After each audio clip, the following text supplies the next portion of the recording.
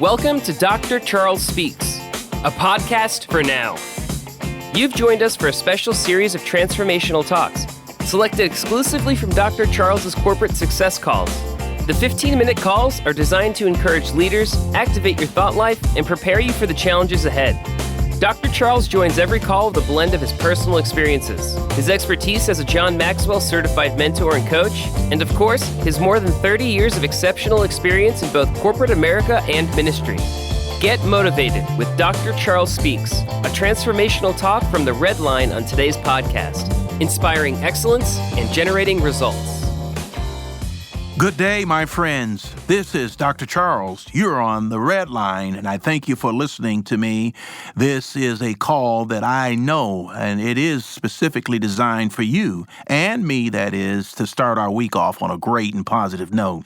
And I'm all about trying to inspire people and inspire myself, and that is to continue to challenge us that we will continue to grow and continue to share the insights that we've learned over the course of these podcasts teachings, and that we'll be able to make a difference not only in our own lives, but in the lives of others in our community, in the workplace, in the church, or wherever you may encounter people.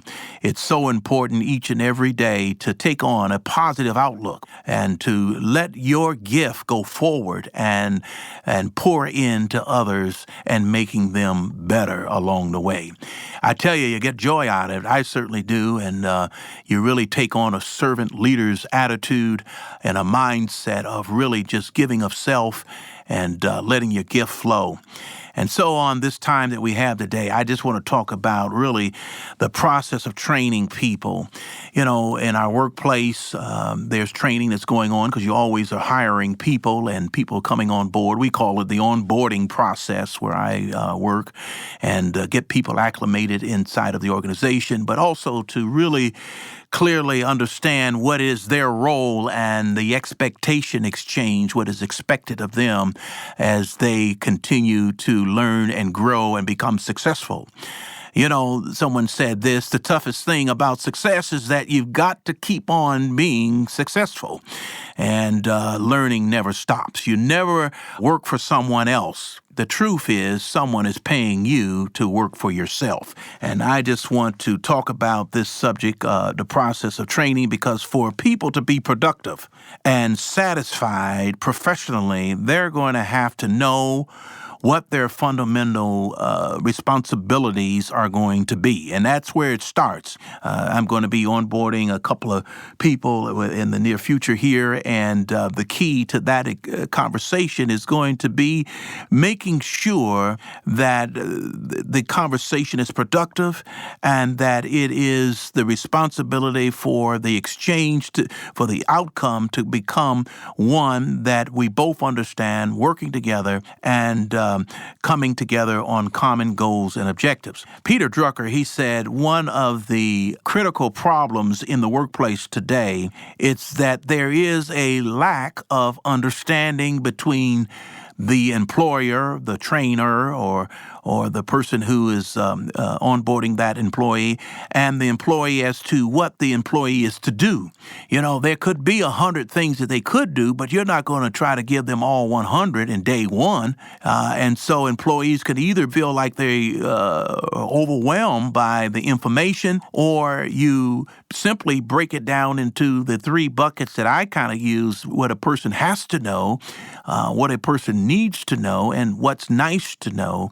And over the next 30, 60, 90 days, what is important is to get off to a great start. And having gotten off to a great start, then you would start with the things that the people have to know, because you could be doing a good thing, but not necessarily the right things. And so when you put things in perspective and you're trying to make a great impression on your new employer, then it's important to get off to a great start on the things that you really, truly have to know, and then being able to go into the need to know and nice to know. It may take 9 to 12 months to get through all of those things, but at least getting off to a great start, that would be the most important thing.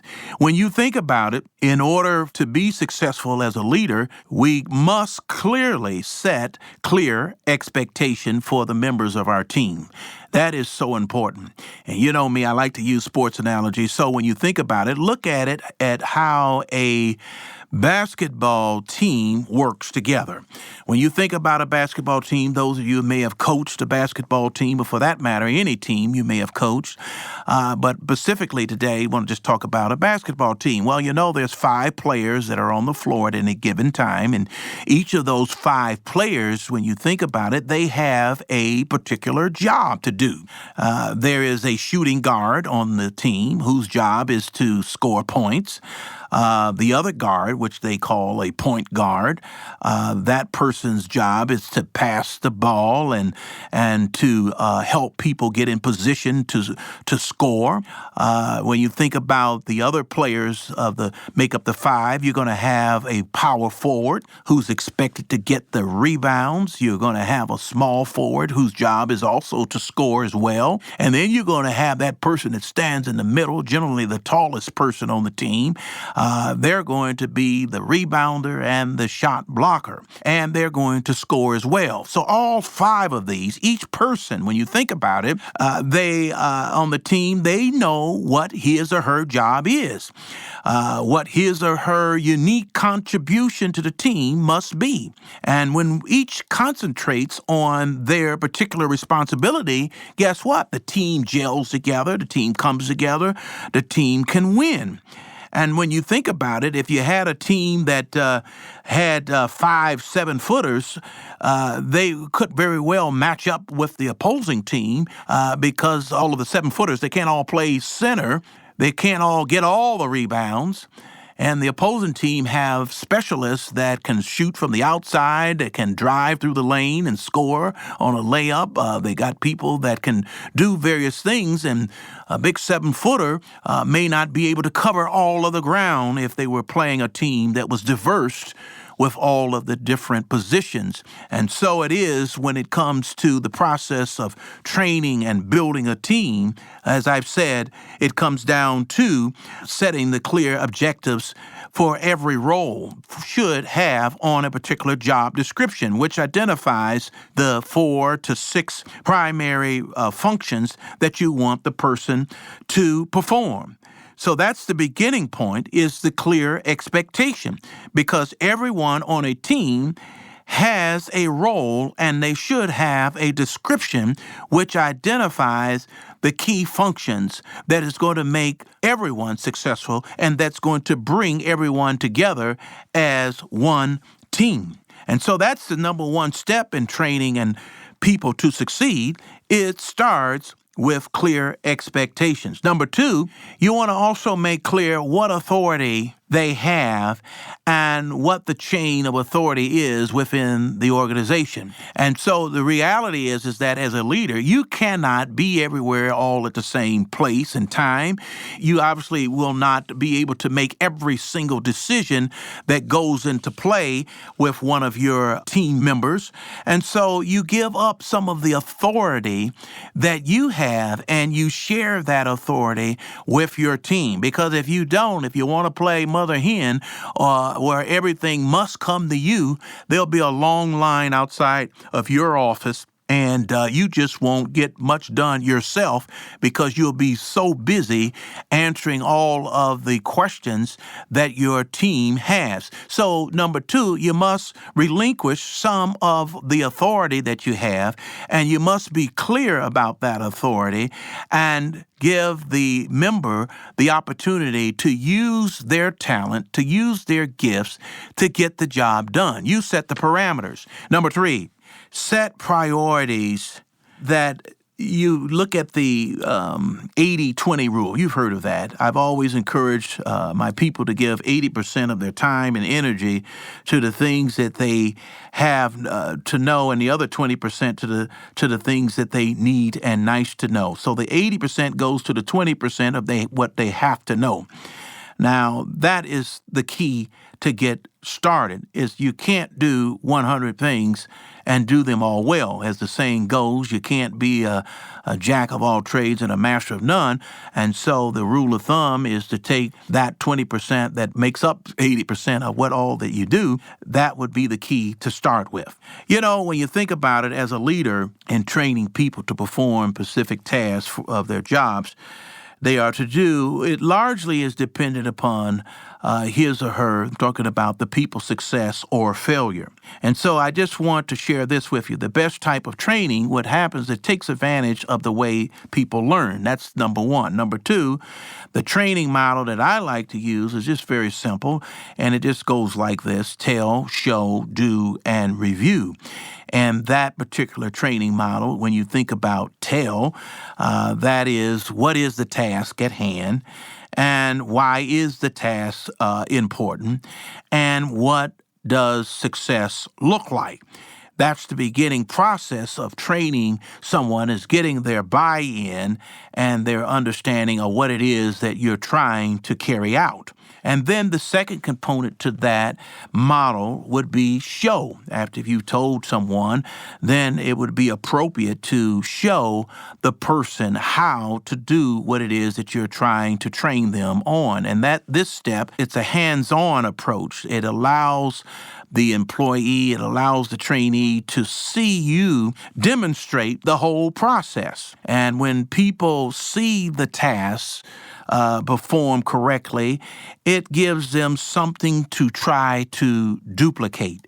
And that is the whole point of the show in this process of training. So now that you've told them the task and why it's important and what success will look like, and you've actually personally jumped in and took a hands-on approach to show them, now it comes down to the third point, and that is doing it. Do. What do you mean do? Doing this step, the employee now comes alongside of you and assists in the process, whereas the employee, they perform the task with you watching them, not doing it, but you giving them the opportunity to do it. And so we've discussed tell, show, do, and then this last part is really about review. And so when you take upon this last step with the trainee, then it's about discussing and assisting, making corrections of the things that wasn't done,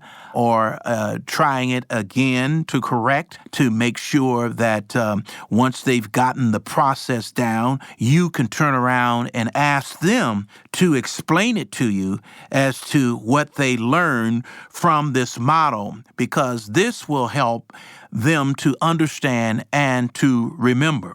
So we've been talking about this process of training people to succeed, because we realize, as I said in the very beginning, for people to be productive and for people to be satisfied professionally, they're going to have to know what it is their fundamental responsibilities are.